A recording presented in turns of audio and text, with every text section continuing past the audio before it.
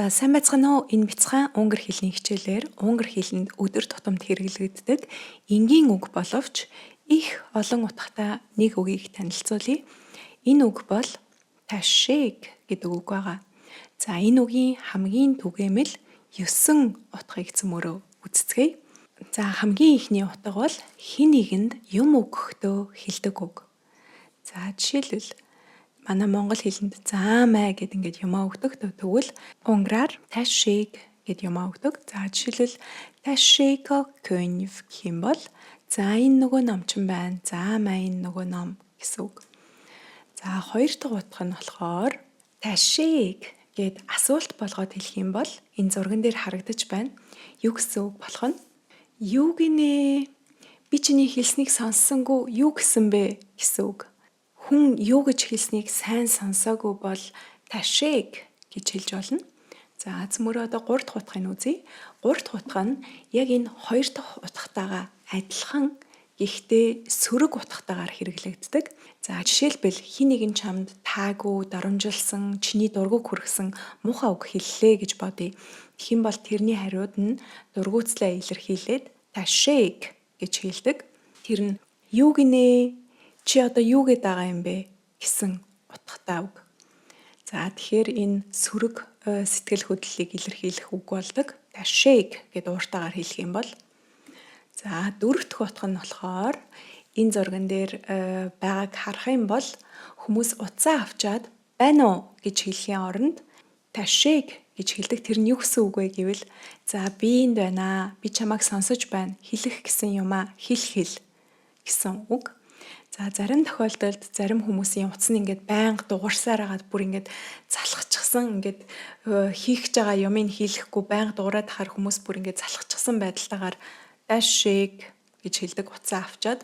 5 дахь утга нь болохоор дэлгүүрт ороод эсвэл зах дээр явж агаад жимс ногоо мах худалдаж авах гээд ингээд юм үзээд явж итэл худалдагч нь танд ташиг гэж хэлэх юм бол тэр нь юу гэсэн үг вэ гэвэл за би энд байна. Би тань руу анхаарч байна. Та юу авах уу гэсэн утгатай үг. За тэгэхээр энэ 5 дахь утга нь бол та юу авах уу гэсэн үг. За 6 дахь утган дээр нь нэг үйл өгтэй хамт жишээ авлаа. Бас энэ зурган дээр харагдаж байна. Үйлни гэдэг нь суух гэсэн үг.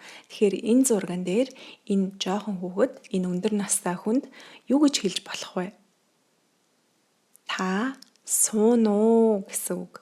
Тэгэхээр ташиг гэдэг үгний ард ямар ч үйл үг орсон тэрний юм ээлтгээр санал болгох эсвэл идэх юмар дайлахта хэлдэг үг. Тэгэхээр ээлтгээр санал болгоход хэрэгэлдэг үг энэ ташиг гэдэг нь. Ер нь бол энэ ташиг гэдгийн ард ямар ч үйл үг орж олно. Тэгэх юм бол та ингэнүү, та тэгнүү, та ингээрээ, тэгээрээ гэд ээлдэг санал болгох, дайлах үг. За одоо дахиад хид хідэн жишээ үзүүлье. Ташиг анни гэх юм бол анни гэдэг нь идэх гэсэн үг. Та иднүү, та идээрээ гэсэн үг.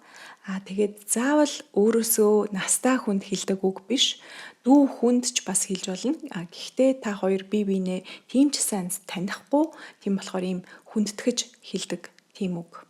Дахиад нэг жишээ. Ташиг ванни одюмөлж буй гэвэл дюмөлж гэдэг нь жимс гэсэн үг. Ванни гэдэг нь авах гэсэн үг. Тийм болохоор жимснээс аваараа, жимснээс авав гэсэн үг. За тэгвэл одоо цөмөрөө 7 дахь утгыг үзье. 7 дахь утга нь болохоор яг энэ өмнөх 6 дахь утгатайгаа адилхан. 6 дахь утга нь бол ээлдэг үг байсан бол 7 дахь утган дээрээ болохоор ийм хүйтэн өнгө аястайгаар тушааж хэлдэг үг.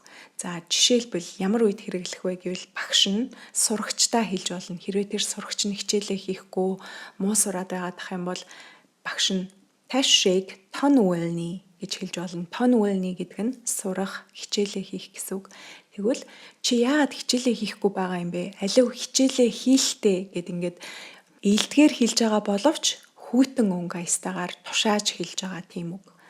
За одоо тэгвэл дахиад нэг жишээ авъя. Багш нь ингээд унш гэсэн юмыг уншаагүй байвал багш нь хэлж болно. Ташиг улвашны гэд хэлж болно. Тэгвэл тэр нь юу гэсэн үг вэ гэвэл аливаа энийг уншаадах, энийг уншаад сураадах, энийг уншихгүй юу хийж ирсэн юм бэ? унш гэсэн үг. За цөмөрөө одоо 8 дахь утгыг үзье. 8 дахь утга нь бол чок ташиг гэдэг юм хиллэг байгаа.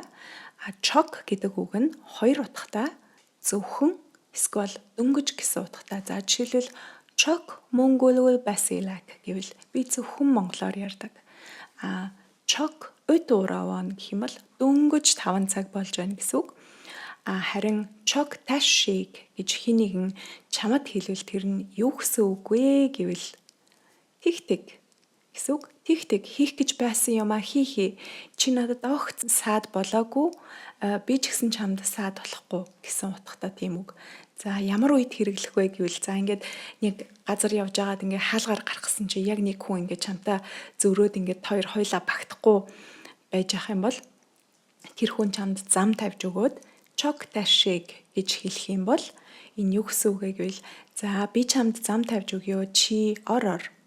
Чи тэгтэг чи наашаа орж ирэх гэжсэн ор гэсэн тийм илдэг утгатай үг. За тэгвэл одоо хамгийн сүүлийн утгыг үзье. Тэр нь юу гэсэн үг вэ гэвэл ноташиг гэдэг ийм сэтгэл хөдлөл илэрхийлдэг үг. Ямар сэтгэл хөдлөл илэрхийлэх вэ гэвэл ийм дургуутсал, бухимдал, гинтийн таагүй үйл явдал болсон үед хэрэгэлдэг. За манай монголоор бол юу гэсэн үг вэ гэвэл хин нэг ингээд нэг юм хийн гэчихэд хийхгүй эсвэл нэг юм ингээд санамсаргүй унгаачих ч юм уу, унгаагаа тасгачих ч юм уу, ирнэ гэсэн цагтаа ирэхгүй эсвэл ингээд хин нэгэнд ийм таагүй үйл явдал тохиолдох юм бол ноташиг гэж хүмүүс хэлдэг. Манай монголоор бол за тэр харж гин үү? За тэр яг ингэнэ тэр. За бүр ингэх гээд байсан юм ёстой. Ингэжл таарна гэсэн утгатай тийм үг байгаа. За ингээд цөмөрөө ташиг гэдэг үгний 9 утгыг үзлээ. Үгээр ингээд хичээлээ дуусгая.